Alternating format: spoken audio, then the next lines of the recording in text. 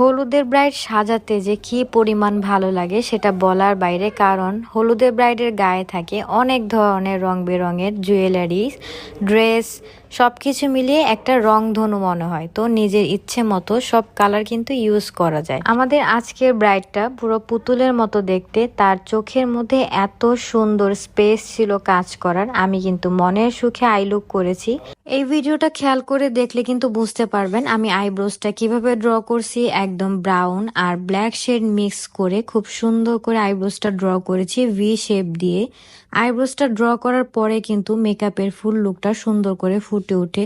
Eyebrows ছাড়া একটা I look একটুও ভালোভাবে বোঝা যায় না, যার জন্য আমি যত পর্যন্ত আইব্রোসটা না করি আমার কাছে মনে হয় কি যেন একটা অর্ধেক অর্ধেক লাগছে। আপনাদের কাছে মেকআপের কোন পার্টটা করার পর মনে হয় যে এটা পুরো ফুল কমপ্লিট হলো, কমেন্টে জানাবেন।